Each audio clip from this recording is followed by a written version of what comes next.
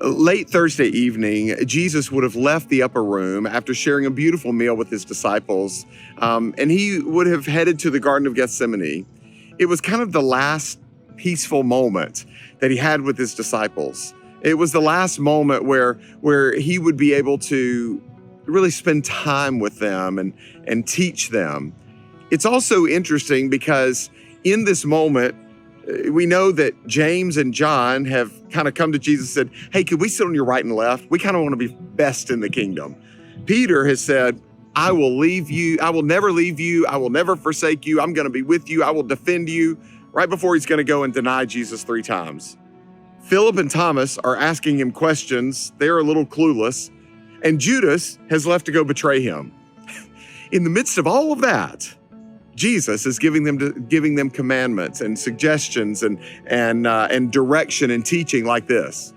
He says, by this will all people know that you're my disciples, by your love for one another. It doesn't make sense, does it? It's an interesting teaching associated with an interesting situation. There's a lot of inner turmoil, and Jesus is saying, by this will all men know that you're my disciples, by the way you love one another.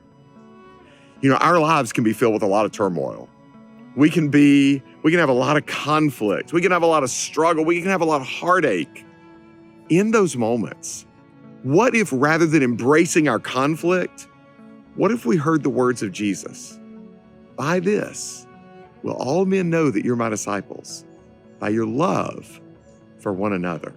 What if rather than fighting, we just loved each other?